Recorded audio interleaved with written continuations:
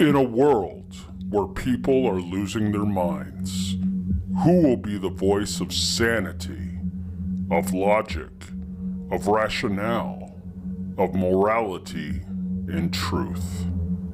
This podcast is looking for like-minded people to stand up to the insane and be real. The Recovery Atheist podcast is calling you to step forward and be counted. Welcome to the voice of change. Welcome to the Recovery Atheist podcast. Is the earth flat or round? It's round. Okay, now let's see. How do we go about proving that?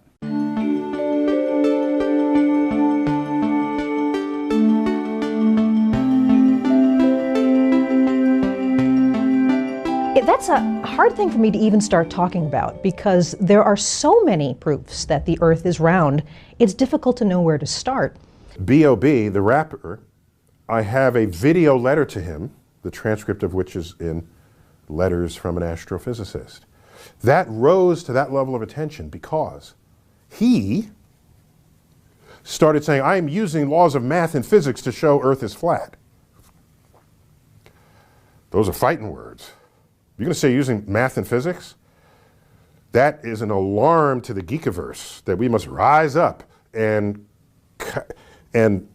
counteract these forces from the dark side that are out there. There are proofs all around you. It is not difficult to know that the earth is round. So let's start from the simple to the slightly more complicated. One of the things you can see yourself with a pair of binoculars is if you actually go out to a lake and there are boats on that lake. The farther away a boat is, the more the bottom of the boat will disappear, and you'll basically just see the mast of the boat. And as a boat goes farther and farther away, the last thing you will see is the very top of the mast of that boat. And that's because the boat is actually going over the horizon that's curved. And that means that as it goes farther and farther away, you see less and less of the bottom of it and more of the top of that. You can see that with binoculars. By an ocean, by a lake. It's really easy. That wouldn't happen if the earth were flat. You would simply see the boat getting smaller and smaller and smaller as it went farther away, but you'd be able to see the whole thing with the same proportions. Go to the seashore. Go to a seashore and figure out why you can't, if you live on the East Coast, figure out why you can't see Spain from the East Coast of North America. Just go to the middle of the Mississippi River and look south. Why can't you see the Louisiana? Why can't you see New Orleans? What's the problem there? Well, then climb a tower or go to the top of a hill or a mountain and you'll see a little farther, but you will not see to the other side of the earth, places we know to exist. For example, I've been to London. I can tell you, other people have. I've been to Vancouver, British Columbia. And you cannot see Vancouver, British Columbia from Boise, Idaho, let alone from New York City or Toronto or what have you. Then there are some other proofs that are a little more obscure, but they're actually really lovely. And one is to observe what happens during a lunar eclipse. Now, a lunar eclipse happens when the Earth casts a shadow on the moon. The moon actually goes dark. In fact, if you've seen one, you can actually see the Earth's shadow go across the moon. And when the moon is entirely in the Earth's shadow, the moon looks kind of dark and even kind of red colored. It's really, really beautiful. What's happening in that case is that the sun is on one side of the Earth. The Earth is in the middle, and it's casting a shadow. The Earth is casting a shadow on the moon. And as the shadow moves across the moon, you'll notice that the shadow is curved, it's round.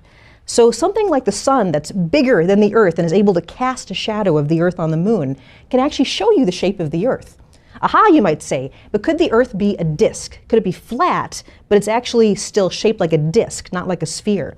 There was a Greek scientist called Aristarchus, and what he noticed was that you can get a lunar eclipse at many different angles where the sun is. Sometimes the shadow goes straight across the moon. Sometimes it just kind of glances the moon. Just a little bit is in shadow, just on the top or on the bottom. From every different vantage point, every different angle that the sun is casting a shadow, you always get a perfectly curved shadow. The only shape that can cast a shadow that's curved from any direction you put the light is a sphere. So people have known that the Earth is spherical for thousands of years. Look at pictures from space where you see the Earth as a sphere. Those pictures are not faked. And I'll tell you, just if nothing else, here's why you can tell they're not faked. Just to create the paperwork that NASA has created, for NASA in this one case, just the paperwork to send anything out in space, to send people into orbit or to send them to the moon, that amount of paperwork would make faking it prohibitively expensive. No one could afford to generate that much documentation. Then the other thing, if you want to get into this, if you're really serious, if your friends are really serious, have them get on a boat or a ship and go out at sea, and you'll notice you can't see infinitely far. Furthermore, if you get into it enough, pick up a book about navigation or go online and learn about navigation. A very, very important thing you have to take into account when you try to navigate the ocean from a ship or a boat is how high you are off the sea surface. The higher you are off the sea surface, the farther you can see, the farther away the horizon is.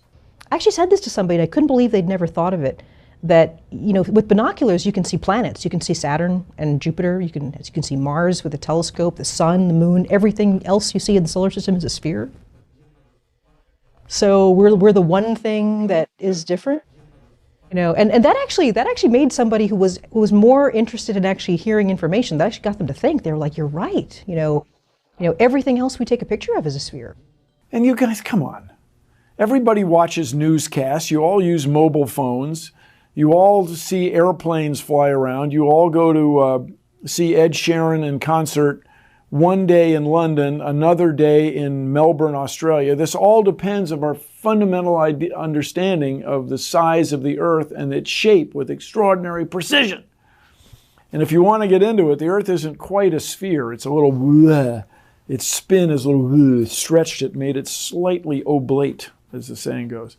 And it's not okay to think that the Earth is flat. This is not a viable argument. I have friends who have been on the International Space Station. They have orbited the Earth once every 90 minutes. You know, I have had personal experience with people that have been up in space and can see with their own eyes that the Earth is round. And of course, we've taken all these amazing pictures from space. They're so beautiful, all those pictures of the Earth. So I don't really know what's going on right now with this Earth is flat thing. In a debate, what is the construct? It's typically two people, and there's an audience, and you debate some opposite sides of some issue, and then there's a winner of the debate. And then everyone walks away reflecting on the winner. So who wins a debate? It's often the person who's charismatic, who's maybe charming, that's related to charisma, of course, who has a good way with words, good vocabulary. And you can have someone who doesn't have any of that, who is speaking objective truths, who could lose a debate. So then what is the point of the debate if one of these points of view is objectively true? So I will not enter a debate where I have the objectively true side of an argument and the other person does not. That is something that should not be debated, does not belong in front of an audience getting debated. You want to debate something? Debate political policy of what to do in the face of climate change. Do you have carbon tax? Do you solar panels? Do you subsidize them? Debate that. Don't debate something that is or is not objectively true in this world. This is all susceptible to analysis, but spend some time learning about navigation. Tell your friends to spend some time learning about navigation. Navigation's changed the world, by the way. What are you wearing? You're wearing stuff that came from another part of the world on a ship. It didn't get here by magic. It got here through science. I think it's important to combat people who are claiming that they are using math, science, evidence, and physics behind their cause, when in fact they either aren't or they're using it badly. That needs to be called out. Otherwise, if you just have a belief system, I don't really care. We live in a country that protects free speech, which usually also means free thought. You want to think Earth is flat? Go right ahead. But if you start influencing other people who have power over other people, and you have no foundation in objective reality, it can be dangerous. If you influence people, or you yourself become someone who has influence over legislation, laws, rules by which we all abide in society, that's an unhealthy situation for civilization to be in. If your personal belief system, which does not have correspondence in objective reality, starts becoming predominant in the thoughts and hearts and minds of civilization. It's not okay to say that the Earth is flat. This is some sort of strange denial. I don't know where it comes from. And it's something where I keep getting this question. We really need to put this question to bed because we've known the Earth is a sphere for a long time. Well, hello, everybody out there in Podcast Nation. I want to thank you for joining the Recovery Atheist podcast. And I want to say that I am so excited that you've been able to join me in this episode. So, a little update about how things are going. Things are going well. What an amazing week last week, being able to have Aaron Ra and Seth Andrews on the show. It was amazing to be able to hear their thoughts and their feedback on different topics that were able to be brought up. I felt really honored to be able to do that. So very excited about that. Got some changes going on in my life here and there. I'm in the process of switching employment. Hopefully things will go well. By the end of the week, I will know what's going on with that. It's to give me a little bit more time, to spend a little bit more time with the podcast and developing the podcast and what I need to do with that. And just be able to be available also more to the sober living house that I'm in right now managing. So things are going well there. So I've been thinking about it this week. What topic do I want to go in to this week? Now, anyone who knows me, I love talking about conspiracy theories. And there's a lot of different ones that are out there, and there's a lot to choose from.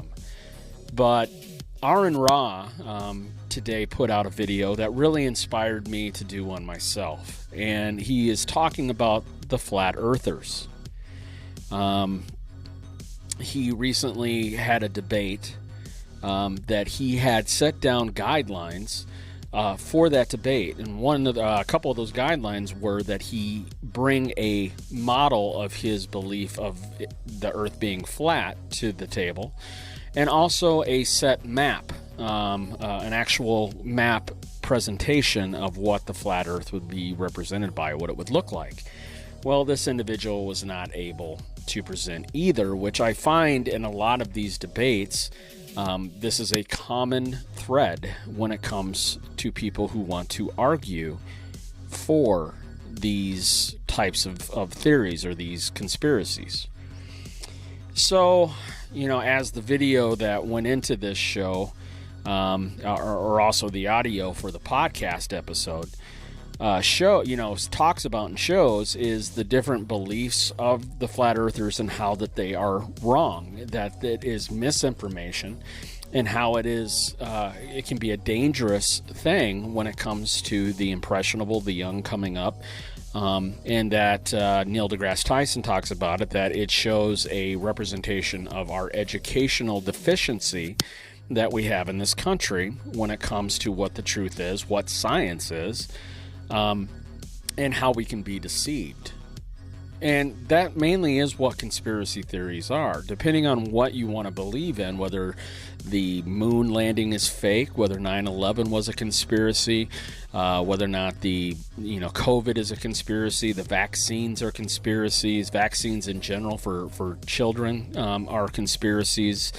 There's so many that are out there that people want to believe in, and they really don't do the effort, don't put the effort in to do the research on why they believe in these theories in the first place.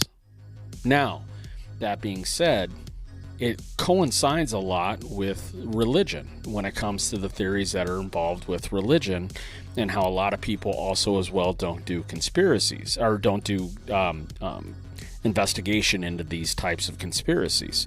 So the way I look at it is, again, it's something about, this is the secular view, the secular side of it, of how people who are even part of the secular world can be taken advantage of, be misinformed, be uneducated about topics of this nature, and then take it and spread it out there, whether it be through social media, through their families and friends, through work co-workers, just in life in general, and how we walk around with the wrong information. So I want to talk about it. Now, I'm going to be honest.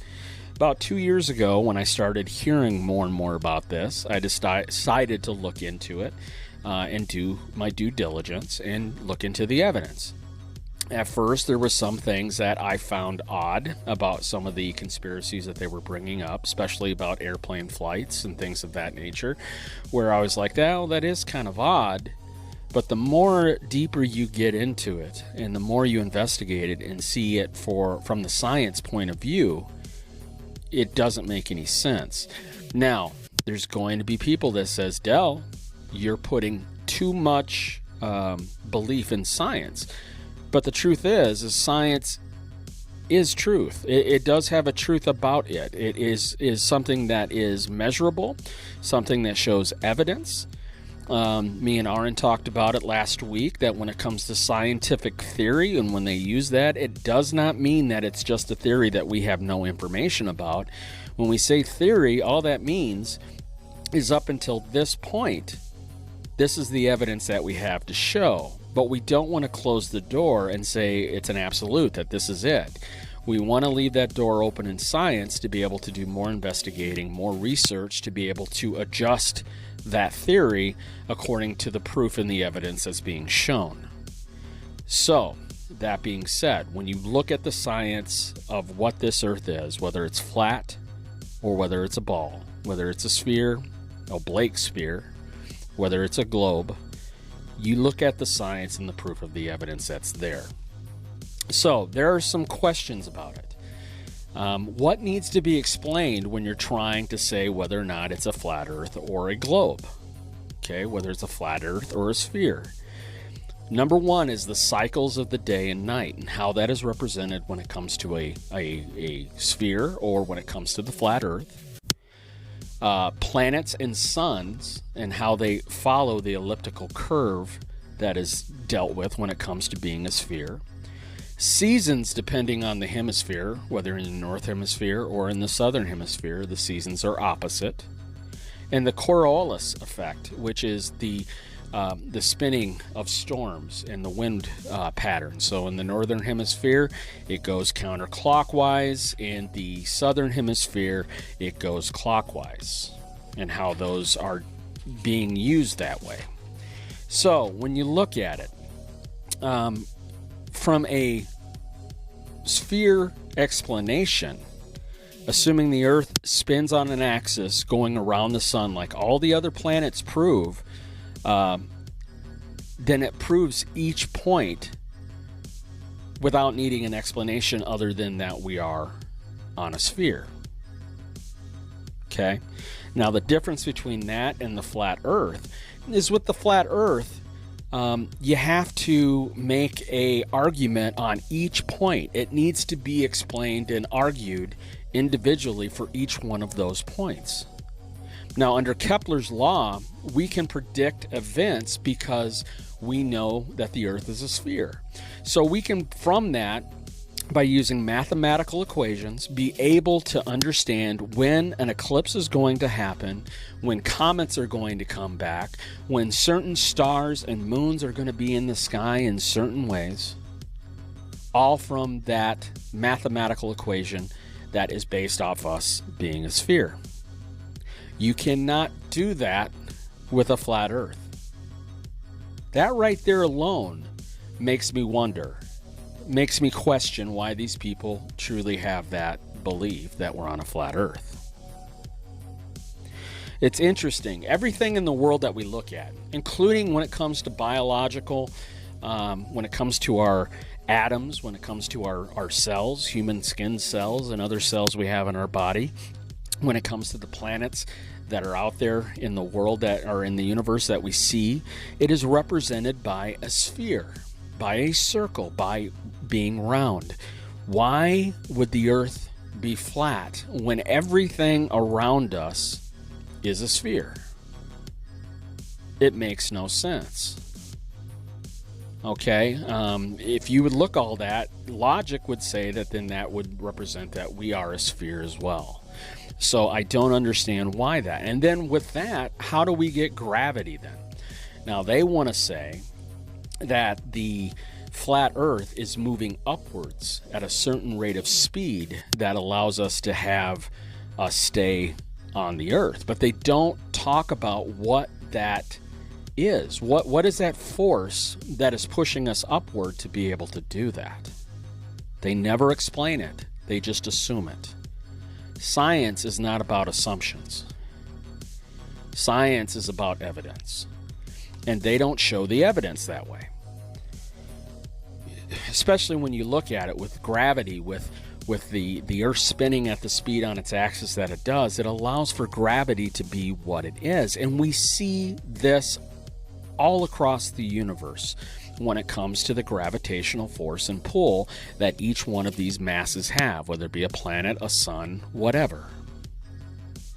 It's proven. It can be mathematically proven to almost accuracy of what that science is, what those numbers are. You cannot do it with the flat Earth model.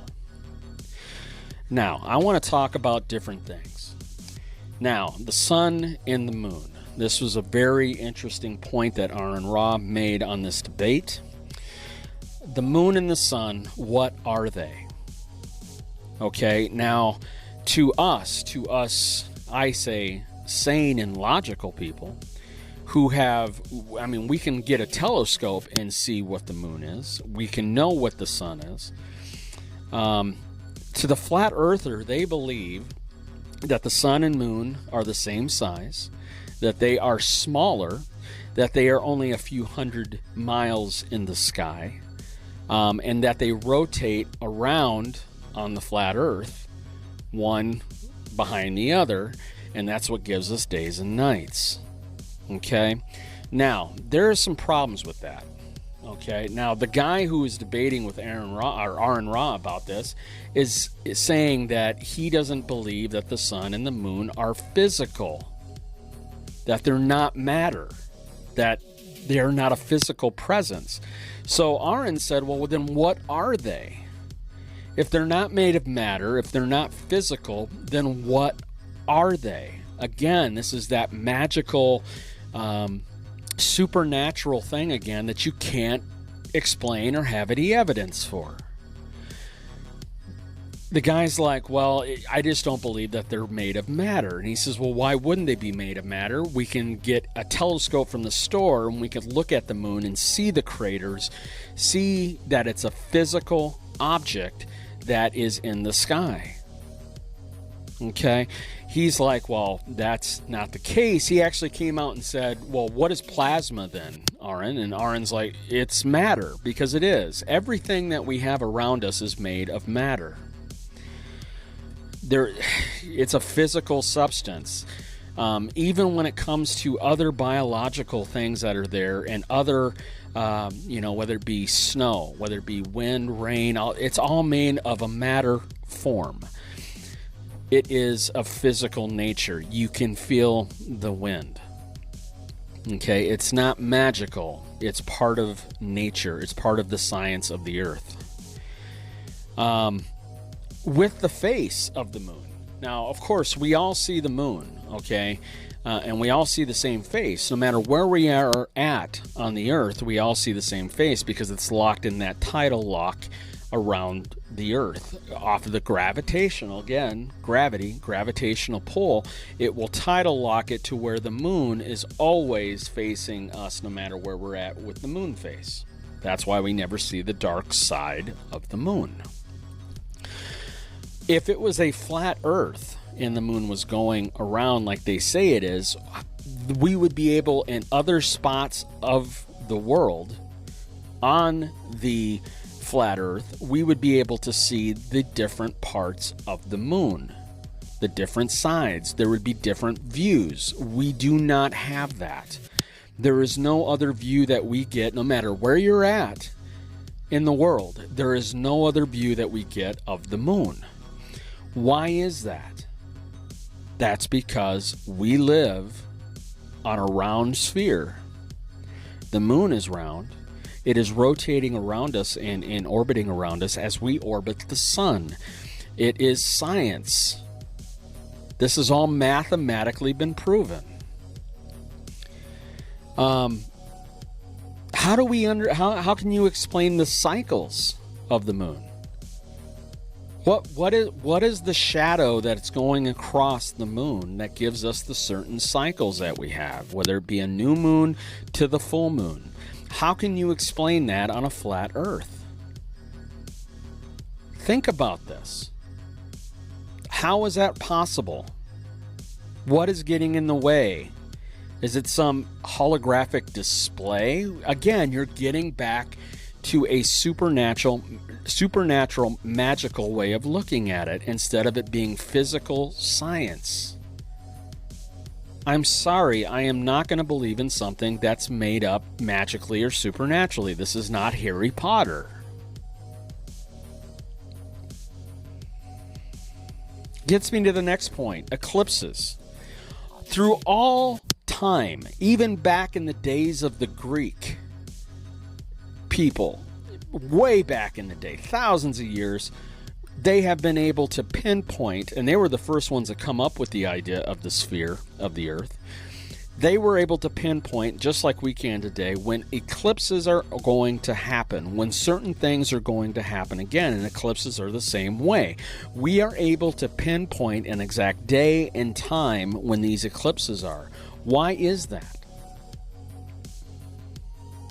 Well, it's because it's mathematical, and it's something that we can do in math to be able to point it out, because the Earth is a sphere. It's just the way it is. That's the way the science works. And you don't need to have a bunch of explanations why. An eclipse. How would an eclipse work on a flat Earth? Now, of course, with spheres, we know that the moon, when we have a lunar eclipse, the Earth is moving in front of the moon, and it's blocking the sun that's coming through from the sun. It's blocking the sunlight. And if you watch an eclipse, you see as the eclipse happens, moves in, moves out, it is a sphere, a sphere object in the shadow. It shows the Earth's shadow as being a sphere, not flat. Again, how can you argue with that? Okay, and if you want to argue with that, then fine. Tell me how you get an eclipse from the flat Earth model. It's not possible. How do you get a solar eclipse? Now, a solar eclipse is the moon getting in between the Earth and the sun. Again, when you look at that, the moon is now a sphere. Everything that's around us in our universe, in our world, water is an example of that. It's spheres. It's the way gravitation works. It forces objects of matter to turn into spheres, especially if they are more of a liquid form or more of a matter form. The gravitational pull will force it into a ball. It's just the way it is. Okay, so how can you explain it on a flat Earth model how this happens? You can't. How do you explain the different seasons? How can we have wintertime in the northern hemisphere like I'm dealing with right now with below negative weather, but yet down where, people in the southern hemisphere, down in South America and Australia and down there, it's summertime. I've got friends in Australia and they're enjoying the weather. It is warm. How can you explain it on a flat Earth? They're seeing the same sun we are on a flat Earth. So how is it that they have warm but we have cold? How is that possible? Is the sun moving up and down in the sky to be able to do that in one whole 24-hour period? Again, there's no reason for it. There's no reason for the sun to move up and down. Again, you're coming up with a philosophy that would need a supernatural deity or something to do with that magical way of doing it to have it happen. And there is no proof or evidence to show that. You have no evidence.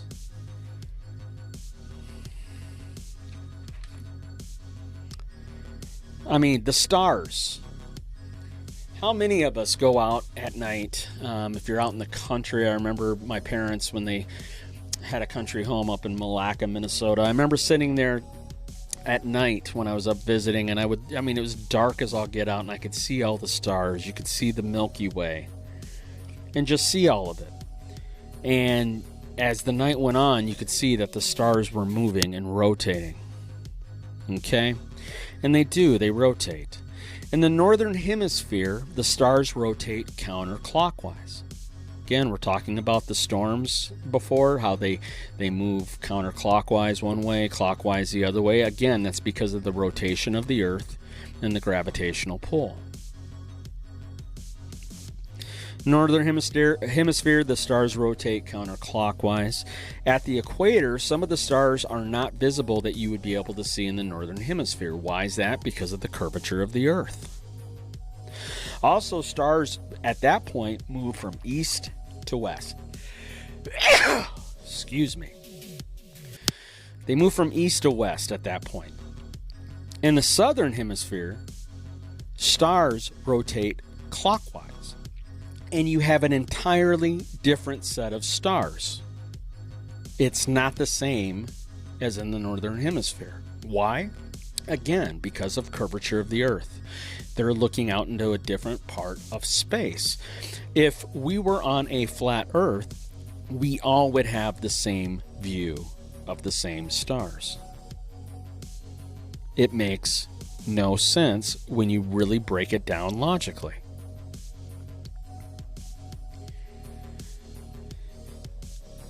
We see different stars in different seasons because we rotate around the sun in daylight, blackened stars that we can see later in seasons when we are on the other side of the sun. So we get different constellations and stars as we rotate around the Earth.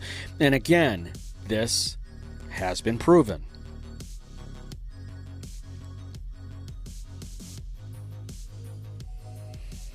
I don't understand it. They want to use, okay, here's one of the things that really annoys me, because I have studied what I'm about ready to say extensively, and that's Antarctica. On a flat Earth model, the outer edges of the flat Earth is a ice wall that they say the government and the world's governments are deceiving us that it's a continent when it's really not. It is a outer rim edge of ice. And that is the reason why the treaty that's been signed down there and why you can't go to Antarctica and do all this and fly over it and all that. That is untrue. There is trips that you can buy today to go to Antarctica. There are people that fly over Antarctica. It's not true. Again, they have false information. You can get a trip there right now. Go online and search it. You can go to Antarctica tomorrow if you want. I don't necessarily suggest it. It's quite cold. But if you want to, you can go see Antarctica. It is not forbidden to go there. But yet they will continually say that we're not allowed there, that if we go there, that we will be turned away by gunpoint. They say this over and over and over again. Not the case at all. It's so untrue. So untrue. The only reason why that treaty is in place is because it is a look at the old world of what our past was when it comes to the world. The ice samples that they get, the earth samples that they get, it's all been untouched and undisturbed, and so that's where they get a lot of their scientific information that way. So the treaty is about these countries coming together to say that no one is going to claim Antarctica as their own. Instead, we're going to work together and use it as a research platform for our countries. That way nobody can sit there and dominate and dictate what happens on the continent. That's why that treaty is in place, not to keep us out. Again, if you would actually go back and look at this, and when the treaty was signed and everything like that, you would see that your information you're trying to say is incorrect.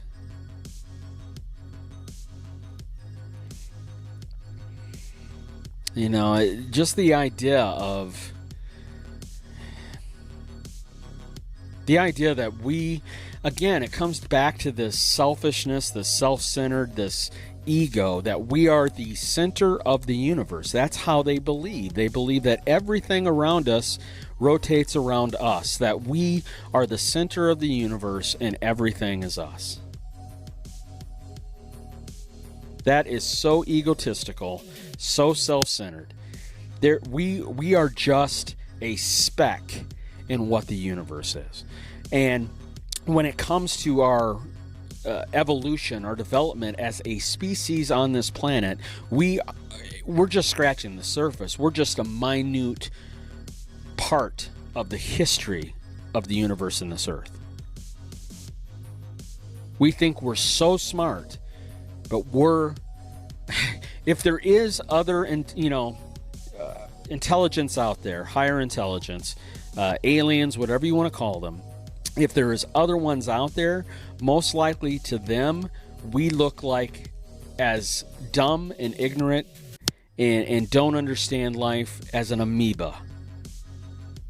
Okay, and Neil deGrasse Tyson talked about this in a podcast I was listening to once, that our smartest person here, and he was talking about himself, our smartest person here, in their eyes, in the other smarter intelligence that could be out there, our smartest person would be an infant mentally. Think about that. We're just scratching the surface. I mean, look at what we've done in the last 30, 40 years when it comes to science, technology, how we've expanded our knowledge of that. We're just scratching the surface of what we're able to do. Okay, and I know a lot of people want to fight with me, being the recovery atheist, when it comes to God. One day it could be proven. Might not be right now, but one day we might be able to prove our existence and how it happened. One of the conspiracies they use all the time is the idea of we came from nothing. No, scientists do not believe that. They do not believe that just the Big Bang happened from nothing. We believe that there was many different elements that were available and that they mixed up and the Big Bang happened to cause what had happened. To say that we came from nothing is ignorant. To say that we came from a rock, ignorant. In fact, some of the original first life that we had on this earth had no minerals or anything to do with minerals that would be produced by a rock. They didn't have those proteins and minerals. So to sit here and say this, again, it's a conspiracy. People do not want to see the truth because they want to believe that what they believe is true. Now, if you are stuck in thinking that way all the time, that only your view is the right way and that you couldn't possibly be wrong, then how are you growing as a person? That's why scientific theory is such a good concept. We don't, as working in science, we don't cut it off. Just because we know a certain thing doesn't mean we shut it down and say, yep, we don't need to do any more research. We don't need to look or learn any more from it. We've got it. No. Scientific theory means is we move forward and learn more. That's what we need to be doing in our lives. Instead, there are so many people in the world that are just so set in what their beliefs are that they don't see anything else that could possibly be brought into the conversation that might actually change their view on it, because they've gotten so comfortable with that view. And when you feel you're right, why would you want to change? Now, I'm not sitting here and saying I'm right about everything, because I am not. I am constantly learning new things and realizing I am wrong. And that's the part of being a human. That's part of being a humanist, is that we learn from our mistakes. We learn new things and change our thinking and our education and what we believe, and it helps us intelligently be able to come up with better evidence and better ideas and beliefs. The Christian faith has been stuck in their beliefs for so long. It is so outdated. They are not willing to look at it and change it. And it is a idea of bad ideas. It is something that over the years has not been changed, and it continually is a immoral conspiracy to control people. You better not do this or God is going to punish you. Instead of, well, yeah, you made a mistake, let's learn from it. Why did you think that way? Why Christianity does not allow you to be able to question things. In life, we need to be able to question things. In life, we need to be able to go, that doesn't make any sense, and then be able to look into it and see what does make sense, and then make the decisions off of that. Knowledge is power. It's just the way it is. I know it says in the big book that self-knowledge availed us nothing, but I'm calling bullshit. It is okay to have self-knowledge in areas. If you think you have self-knowledge about how to control things, that's completely different. But you can have self-knowledge about certain decisions you've got to make in your life off the education and the research that you do, to where you're able to have a self-knowledge that can help you, that can be positive, that can push you forward in your life, your recovery, whatever it is. We need to continue to expand our minds. We need to continue to be open-minded and expand our thoughts and what life is, and educate ourselves and become better humanists, better people, according to what we find out in those evidences. Now remember, last thing I'm going to say about this before we get into the last part of the show here is evidence has to be measurable. When I was an LADC, when I was a licensed alcohol and drug counselor, when I would write up my progress notes and my treatment plans, the information and the goals that we were putting together in those plans with that client, they had to be measurable goals. They had to be goals that were achievable, otherwise there would be no evidence of them making change and working their recovery. And it's the same way in life. You have to have evidence, and that evidence has to be measurable. So you look at me and my situation. I have gone from being homeless to being in the situation I'm in today, house manager, 11 months coming up here on Thursday, sober. There is evidence that's measurable to the work I've done to put myself in the position I'm in. You can see it. You can see the evidence. You can see the hard work that's been put into it. You can see what I've done to educate myself and put myself in this position. That's evidence. It's measurable. It's true. You cannot get that from the flat earth. You cannot get that from some of the conspiracy theories that are out there. You cannot, especially, get that from religion. And that's where I'll leave it at tonight. I'm going to go ahead and play this last thing for you. It's a man that, if I could sit down with him at a dinner, it would be amazing to get to meet him. Who knows, maybe one day I'll get big enough to be able to have him on my show. That's really reaching out there, but I would love to have him on. Neil deGrasse Tyson, and he's going to talk about flat Earth and whether or not the Earth is flat or a sphere. Thanks again for coming on my show. Remember, you can find me at therecoveryatheist@gmail.com. You can find me on Facebook, Del Bacon. I have a group page called the Recovery Atheist group page.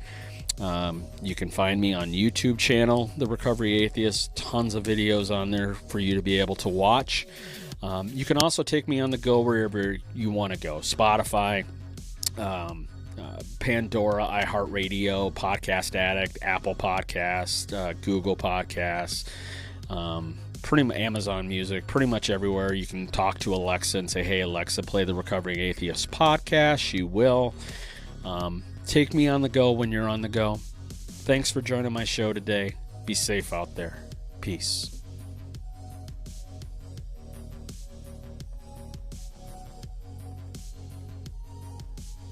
So tell me, Neil, is the Earth flat? We have video from space of the rotating spherical Earth. The Earth is round. Thank you for joining us on this episode.